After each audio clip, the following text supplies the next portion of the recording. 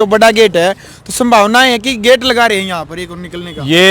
ये अपने भागने का छिपने का रास्ता बना रहे हैं। इनको जवाब देना पड़ रहा है किसानों को, जो पिछले तो ईंधन से यहाँ बैठे हैं।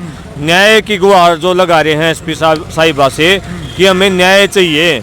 जो हमारा भाई कुलदीप है, जो पिछले 5-6 दिन से जो है अधमेरा जो है सिविल जिंदल हॉस्पिटल के अंदर पड़ा है, वो अपनी सांसें आखिरी सांसें गिन रहा है। उसको न्याय दिलवाने के लिए जो लोग बैठे हैं, उनको न्याय तो ये लोग दे नहीं पा रहे।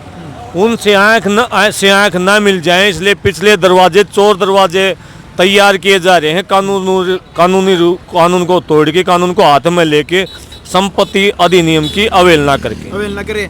तो भाई दिखा दे जो मेन उद्देश्य है इस वीडियो का दिखाने का, विकास।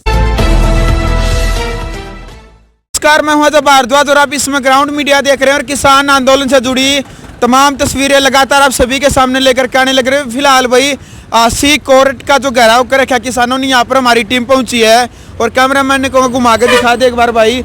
जो विकास सर युवा किसान नेता यहाँ पर पहुंचे हैं और एक मेन मकसद है यहाँ पर लेकर के आने का। जो पीछे चुनाई लग रही है, जो टड़ा पड़ा है, इसका क्या कारण है, विकास सर से खुद बातचीत करेंगे। राम राम भाई साहब। राम राम भाई। तो विकास भाई, क्या कारण है यहाँ पर जो दीवार घेर रखी है कोर्ट की, क्या मामला है? ये आसी कोर्ट की पिछली दीवार है जी, और पिछले 2-3 दिन से आसी के अंदर आंदोलन चल रहा है। हमने घोषणा करी थी कि एसपी ऑफिस में एसपी के पास जाएंगे और न्याय मांगेंगे। बिल्कुल। हमारे यहाँ पहुँचने से पहले प्रशासनिक अधिकारियों ने मुख्य द्वार को बंद कर रखा है। मुख्य जो रोड है, जो उसको दोनों तरफ से बैरिकेडिंग करके बंद कर रखा है। किसान ने किसी प्रकार से कोई रुकावट नहीं करी, ना हमने कोई रोड जाम करने की या कोई गेट बंद करने की कोई घोषणा करी, किसी ने बयान दिया। बिल्कुल। सरकार अपने आप अपने अधिकारियों के द्वारा, प्रशासनिक अधिकारियों ने गेट को बंद करके न अभी हमारी बात मानने के बजाय अभी यहाँ एक इलीगल तरीके से कोर्ट की जो है पिछली दीवार को तोड़ा गया है।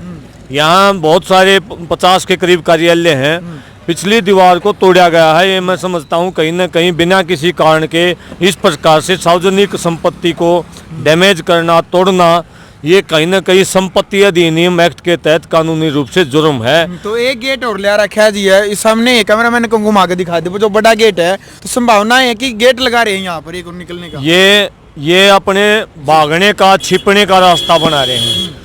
इनको जवाब देना पड़ रहा है किसानों को, जो पिछले तो ईंधन से यहाँ बैठे हैं। न्याय की गुहार जो लगा रहे हैं एसपी साहिबा से कि हमें न्याय चाहिए। जो हमारा भाई कुलदीप है, जो पिछले 5-6 दिन से जो है अधमेरा जो है सिविल जिंदल हॉस्पिटल के अंदर पड़ा है, वो अपनी सांसें आखिरी सांसें गिन रहा है। उसको न्याय दिलवाने के लिए जो लोग बैठे हैं, उनको न्याय तो ये लोग दे नहीं पा रहे। उनसे आँख ना मिल जाए, इसलिए पिछले दरवाजे, चोर दरवाजे तैयार किए जा रहे हैं। कानून को तोड़ के, कानून को हाथ में लेके, संपत्ति अधिनियम की अवहेलना करे। तो भाई दिखा दे जो मेन उद्देश्य है इस वीडियो का दिखाने का, विकास सर जो खास तौर पर यहाँ पर ये लाइव दिखा रहे हैं ग्राउंड मीडिया चैनल के माध्यम से कि जो कोर्ट के माध्यम से जो मेन रास्ता है वहाँ पर बैरिकेड कर रखी है पुलिस प्रशासन ने।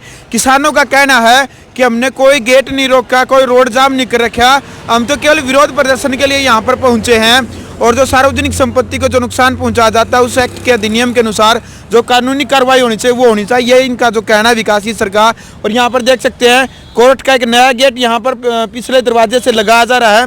तो विकास भाई, अभी कुलदीप राणे की क्या स्थिति, आप हॉस्पिटल से आए हैं, कैसी क्या स्थिति बनी, अब ताज़ा हालात क्या हैं? 2 सर्जरी हो चुकी हैं। 2 सर्जरियों के बाद पहले 72 घंटे का समय दिया था डॉक्टर साहब ने, उसके बाद 48 घंटे का समय दिया था। अभी भी वो बोलने की अवस्था में नहीं है, शरीर का कोई अंग सुचारू रूप से उसका काम नहीं कर रहा है। मैं ये समझता हूँ कि वो आज भी अधमरा कर रखा है उसको।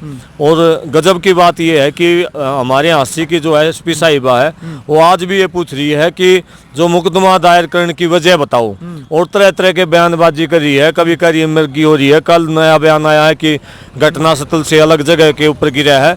मैं पूछना चाहता हूँ, अगर किसी उसको तो एक लाठी लगी है, जब कोई भी चोट फेट होती है, कोई भी घटना घटती है, जब गर्म खून जब किसी का होता है तो 2 किलोमीटर दूर तक भी जाके गिर सके है। बिल्कुल। गोली लगने के बाद भी जो है किलोमीटर तक जाके आदमी गिर सके, वहाँ उसकी मृत्यु हो सके। ये कोई तथ्य नहीं है कि जगह कहाँ, तीर कहाँ गिरा है। तथ्य ये है कि उसके सिर के ऊपर बंदूक की बट मारी गई रामचंद्र जांगड़ा के कहने पर उसके साथियों के द्वारा।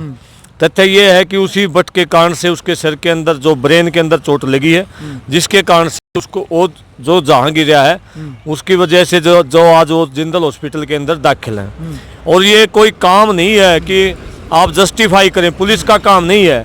एक प्रत्यक्षदर्शी है, गवाह है कुलदीप खरड़, उसका प्रत्यक्षदर्शी है और उसने एक एप्लीकेशन दे रखी है लिखित में। आप पुलिस का काम है उसके ऊपर एफआईआर दर्ज करके उस मामले को कोर्ट के हवाले करना या कोई एसआईटी गठित करके उसकी जांच करवाना।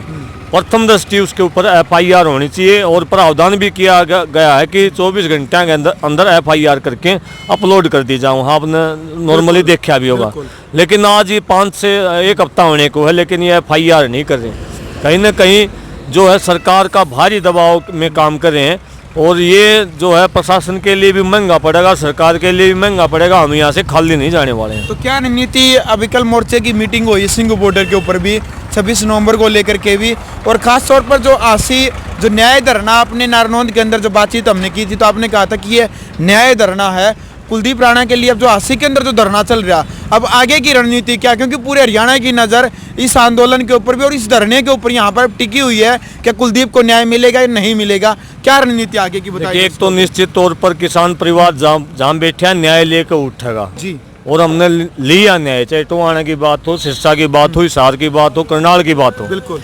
दूसरी बात यह है कि अभी संयुक्त किसान मोर्चे में विचाराधीन है मामला। कल किसी वजह से बैठक स्थगित हो गई थी जिस पर कोई फैसला नहीं लेने पाए। आज या कल में डेट की घोषणा कर दी जाएगी, तब तक कंटिन्यू यहाँ संयुक्त किसान मोर्चे के नेता यहाँ आते रहेंगे, विजिट करते रहेंगे, तब तक ये धरना ऐसे शांतिपूर्वक चलेगा। संयुक्त किसान मोर्चा एक बड़ा फैसला लेगा 1-2 दिन के अंदर, बिल्कुल कोई ना कोई बड़ा फैसला मोर्चा लेगा। उसके बाद यहाँ बड़ी भीड़ हम इकट्ठा करेंगे और सरकार को झुकाने का काम बिल्कुल। तो विकास भाई, क्या आप लास्ट में आसी प्रशासन, हिसार प्रशासन है और खट्टर सरकार तक खास तौर पर, क्योंकि करनाल के अंदर जब सीएम खट्टर से ये प्रश्न पूछा गया कि जो धरने लगाए जा रहे हैं, विरोध किया जा रहा है, तो उनका कहना है कि बेफजूल के धरने लगाए जा रहे हैं और सरकार इनके साथ सख्ती से पेश आएगी, इनको बख्शा नहीं जाएगा। तो लास्ट में सीएम खट्टर सरकार तक भी क्या जवाब और सरकार तक क्या संदेश, प्रशासन तक क्या संदेश आप देना चाहेंगे। देखिए, जिस सरकार का मुखिया लठ उठाने की बात करे उसको क्या संदेश दिया जा सके है। संदेश तो एक सच्चे और अच्छे इंसान को दिया जा सके, जिसकी मनसा हिंसा फैलाना हो उसको क्या संदेश दिया जा सके। हाँ, लेकिन प्रशासनिक अधिकारियों को जरूर संदेश देना चाहूँगा। हमारा राजनीतिक लोगों से तो विश्वास पहले उठ चुका है। 10 महीने हो गए हमने लड़ते लड़ते, लोकतांत्रिक तरीके से उन्होंने हमारी बात को नहीं माना। लेकिन कहीं ना कहीं प्रशासनिक अधिकारियों से हमें ये उम्मीद थी कि वो एक सभ्य परिवार के नागरिक हैं, पढ़े लिखे हैं, HCS IPS हैं, वो कम से कम नौजवान, आजकल आप हरियाणा में देखोगे तो ज़्यादातर ऑफिसर नौजवान बैठे हैं। हमने ये उम्मीद थी वो कहीं ना कहीं न्याय की तरफ बढ़ेंगे, सत्य की तरफ बढ़ेंगे। लेकिन मुझे दुख इस बात का है कि वो जो नौजवान, मैं समझता था कहीं ना कहीं गुलामी से बाहर निकलेंगे, वो भी सरकार की गुलामी करने का काम कर रहे हैं। और जो गलत जो लोग हैं, रामचंद्र जांगड़ा जैसे, उनका साथ देने का काम करें। ये बड़ा दुख भी है और बड़े सोचनीय और विचारणीय विषय भी है जनता के लिए कि आपका कौन रुखाली है। आपके राजनीतिक लोग जिनको हम चुन के भेजते हैं वो भी आपको लठ मारने की बात कर रहे हैं। और जिन लोग, जो प्रशासनिक अधिकारी, जो सिविल सर्विस में जो नौकरी करने वाले लोग हैं, जो पब्लिक सेवा के लिए जो चुने जाते हैं, जिनको हम अपने पैसे, अपने टैक्स से जो उनकी तनख्वाह दी जाती है, वो भी उनके हमारी सेवा करने की बजाय वो भी नेताओं की सेवा में जुट गए। ये पब्लिक के लिए बहुत गंभीर सवाल है, लोकतंत्र के लिए भी गंभीर सवाल है और उन अधिकारियों के लिए भी गंभीर सवाल है कि आप अपनी आत्मा को बेच करके इस प्रकार से राजनीतिक आकाओं को खुश करना कहीं ठीक नहीं है।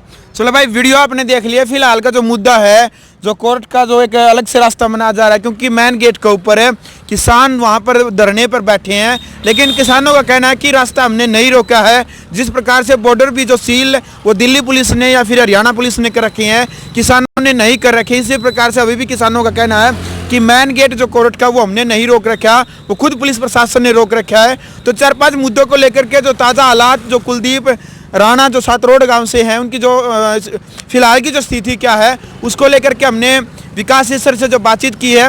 अब आपका क्या कहना है इस पूरे मामले को लेकर के, जो 5-7 दिनों से जो पूरा घटनाक्रम नारनौंद से स्टार्ट होकर के अभी आसी यहाँ पर धरने पर जो लगातार चल रहा है, आपका क्या कहना है, आपकी राय क्या है, कमेंट बॉक्स में ज़रूर लिखें। राष्ट्र निर्माण की जानकारी के लिए ग्राउंड मीडिया चैनल को सब्सक्राइब करें और शेयर करें।